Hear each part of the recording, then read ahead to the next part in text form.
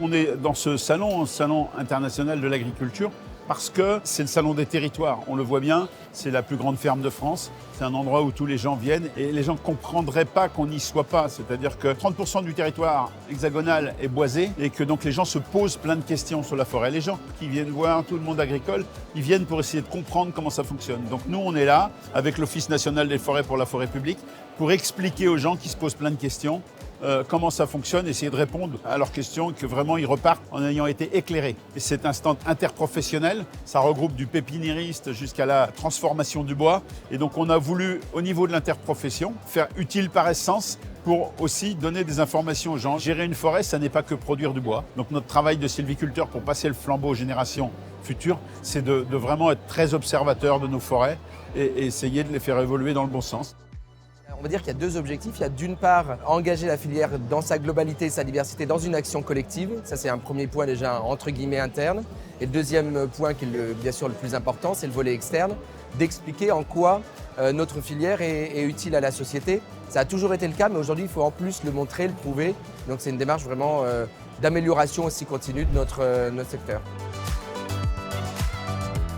On voit énormément de monde passer sur ce salon. C'est vraiment un moment d'échange essentiel pour renforcer nos liens et faire rayonner notre filière bois. Donc nous devons nous adapter bien sûr, mais aussi anticiper et garantir surtout la pérennité et la résilience de la forêt. Les solutions sont nombreuses et les acteurs de la filière travaillent au quotidien pour accompagner cette transition nécessaire. Il faut continuer à être unis pour relever tous ces défis et bâtir une société plus durable et plus résiliente. Quand on est unis et solidaires, je pense qu'on arrive à peu près à tout. Les crédits ont quand même réussi à être maintenus et ça, c'est aussi parce que la filière a pu faire ce qu'elle a fait et que ça montre ses résultats. La gestion forestière est complexe pour un propriétaire, d'abord parce que la législation change régulièrement, parce que le climat change actuellement aussi, on en parle beaucoup, et parce que les besoins de la forêt deviennent différents au fur et à mesure. Si vous plantez un hectare d'orge, vous allez le récolter dans 6-8 mois. Si vous plantez une forêt, c'est le temps long de la forêt, c'est 20, 30, 50, 60 ou 90 ans. Donc on travaille toujours au bénéfice d'eux dans la forêt et on voit toujours à long terme. On ne travaille jamais à courte échéance.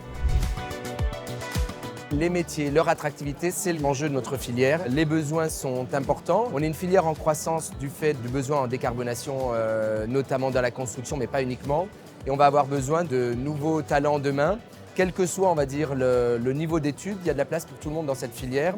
Les questions, alors il y a beaucoup de questions qui portent notamment sur la propriété forestière et d'où le lien avec France Sylva qui est important dans ce salon puisque on a quand même plus de 3,5 millions de propriétaires forestiers en France, donc ils ont besoin aussi d'avoir un ancrage auprès de fédérations qui puissent leur répondre, mais vraiment une volonté de s'instruire. Donc c'est pour ça aussi qu'on a créé ce stand de cette façon-là, avec des quiz grand public justement, des informations imprimées sur les façades de notre stand pour vraiment avoir une vocation d'expliquer. Et donc c'est vraiment l'état d'esprit dans lequel le grand public est venu aujourd'hui. Il y a des propriétaires forestiers de toutes les régions de France qui se sont inscrits pour venir une demi-journée ou une journée pour être sur le stand et pour accueillir les gens qui se posent des questions. Parce que 3 500 000 propriétaires forestiers, ils ont tous peut-être quelqu'un de leur famille qui a un petit coin de bois ici ou là, donc ils se posent des questions et on est là pour leur répondre.